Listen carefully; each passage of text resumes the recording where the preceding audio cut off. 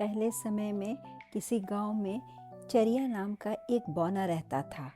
वो बहुत ही नाटा था, देखने में भी बदसूरत था, लेकिन एक कला में उसे निपुणता प्राप्त थी। वह किसी भी हाथी को अपने कौशल से अपने काबू में कर लेता था। जो व्यापारी वहाँ के राजा को हाथी बेचने आया करते थे, उन्हें चरिया से बहुत मदद मिलती थी। एक बार वहाँ के राजा ने स्वयं उसका कौशल देखा। हाथी को वश में करने की उसकी कला को देखकर राजा बहुत खुश हुआ। उसने कहा, चरिया, मुझे इस बात पर गर्व है कि तुमने मेरे राज्य में जन्म लिया है। जिस प्रकार पूर्ववर्ती काल में महाराज नल घोड़ों को साधने में माहिर थे, उसी प्रकार तुम भी हाथियों को अपने वश में करने की कला में पारंगत हो। आज से मैं तुम्हें अपनी गजशाला के रख रखाव की जिम्मेदारी सौंपता हूँ। चलकर मेरे हाथियों की देखभाल करो। बस उस दिन से बौना चरिया राजा के हाथियों की देखभाल करने वाला प्रधान अधिकारी बन गया। अब उसे किसी बात की कोई कमी नहीं रही। बहुत से नौकर चाकर अब उसके अधीन काम करते थे और उसके साथ बड़ी इज्जत से पेश आते थे। इतना सब कुछ होते हुए भी चरिया को अपने नाटे होने का गम सताता रहता था। वह इस गम में घुलता रहता था कि ईश्वर ने उसे बौना क्यों बनाया। राजा ने जब यह देखा कि चरिया हमेशा उदास और उत्साहहीन बना रहता है, तो एक दिन उसने चरिया को अपने दरबार में बुलाया और उससे पूछा, चरिया, राज दरबार में तुम ऊंचे पद पर नियुक्त हो। हाथियों पर काबू पाने के सामर्थ्य के कारण सब तुम्हारी प्रशंसा करते हैं, फिर भी तुम चुस्त और संतुष्ट नहीं दिखते। मेरा विचार है कि तुम्हें जीवन में एक साथी की ज़रूरत है। तुम जल्दी से अपना विवाह कर लो। बौना फीकी हंसी हंसकर बोला, महाराज, आपकी कृपा से मुझे अच्छी नौकरी मिल गई है। यह आपका मुझ पर बहुत बड़ा उपकार है, पर क्षमा कीजिए, शादी करने की सलाह देकर आप मेरा उपहास कर रहे हैं। भला बताइए तो कौन लड़की मुझ बौनों के साथ विवाह करना पसंद करेगी। राजा बोला, मैं तुम्हारा उपहास नहीं कर रहा हूँ चरिया। यह सत्य है कि हर व्यक्ति की तरह तुम्हें भी एक जीवन साथी की ज़रूरत है। रही लड़की मिलने की बात, तो मैं तुमसे वादा करता हूँ, तुम्हारी शादी किसी सुंदर लड़की से करवा दूंगा। बौने ने राजा को प्रणाम किया और वहाँ से चला आया। राजा ने चरिया की शादी कराने का वादा तो कर दिया, लेकिन फिर वह सोच में पड़ गए। सच ही तो कहा था चरिया ने। कौन उस बौने और बदसूरत व्यक्ति को अपनी लड़की देना पसंद करेगा।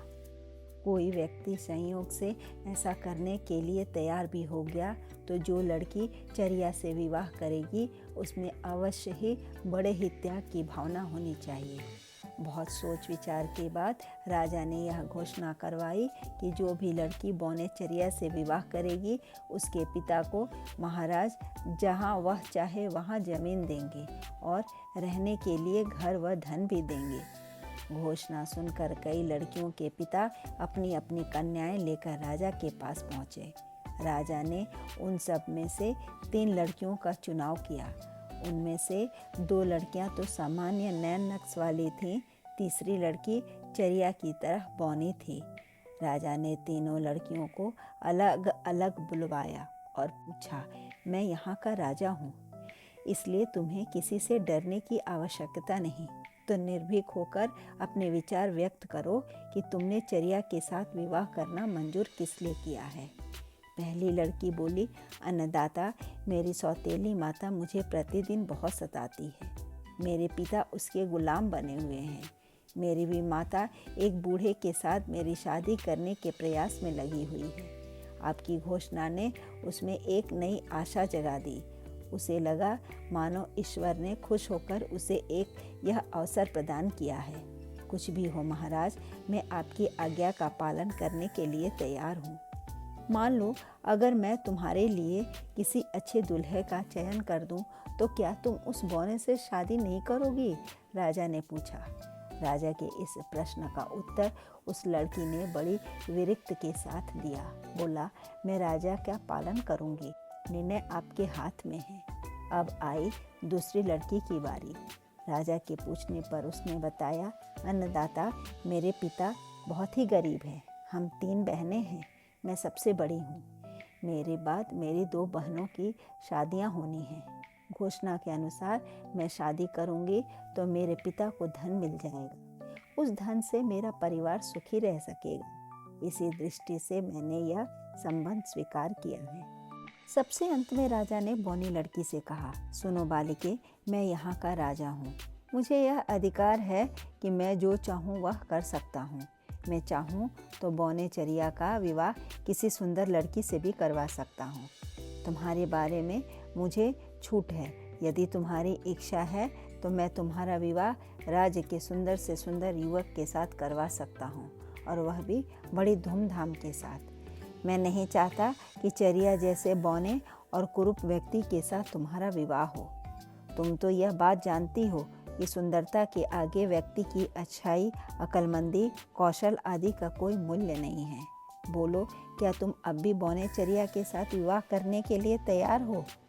राजा की बात सुनकर बौनी लड़की ने झुककर अपने बौने हाथों से राजा को प्रणाम किया और कहा, राजन, आपकी आज्ञा से आप कामदेव जैसे सुंदर युवक से मेरा विवाह तो अवश्य करा सकते हैं, किंतु आप हमारे दिलों को तो नहीं मिला सकते हैं ना। पद के मुताबिक मैं तो चरिया के योग्य पत्नी नहीं हूँ, फिर भी मैं उसका पूरा ध्यान रखूँगी। उसकी इच्छाओं के अनुरूप ही आचरण करूँगी। उसकी धर्म पत्नी कहलाने का पूरा प्रयास करूँगी। यह मेरा वादा है। बौनी लड़की की बातों से राजा बहुत खुश हुआ। दूसरे दिन उसने चरिया को बुलाया और कहा, चरिया, जो लड़की तुम्हारे पद को प्रधानता देती है, जिसकी दृष्टि में तुम्हारा बौनापन भी उसके सम्मुख भुलाया जा सकता है, क्या वह लड़की तुम्हें पसंद है? मेरी इच्छा उस बौनी लड़की के साथ तुम्हारा विवाह करवाने की है, क्योंकि उसके विचार बहुत ही उत्तम हैं। वह तुम्हारे विचारों का आदर करेगी और तुम्हारे कहने के अनुसार ही चलेगी। सच्चे अर्थों में वह तुम्हारी जीवन संगनी बनकर रहेगी। अगर तुम उससे विवाह नहीं करना चाहते और तुम्हारी इच्छा बाकी की उन दोनों लड़कियों में से किसी के साथ विवाह करने की है, तो तुम बिना हिचक उनमें से किसी को भी अपनी जीवन संगनी के रूप में चुन सकते हो। बौने ने बिना हिचकिचाए बौनी लड़की के साथ अपनी शादी की इच्छा व्यक्त कर दी। राजा ने बड़ी धूमधाम से उन दोनों की शादी करवा दी। उसने बाकी की 2 लड़कियों की शादी के विषय में भी विचार किया और उचित वर देखकर उन दोनों लड़कियों का विवाह भी राजकोष के खर्च से करवा दिया। ठीक ही निर्णय था चरिया का। व्यक्ति को हमेशा दूसरे व्यक्ति की सीरत देखना चाहिए, उसकी सूरत नहीं। धन्यवाद। कहानी अच्छी लगे तो लाइक करें, सब्सक्राइब करें, शेयर करना ना भूलें।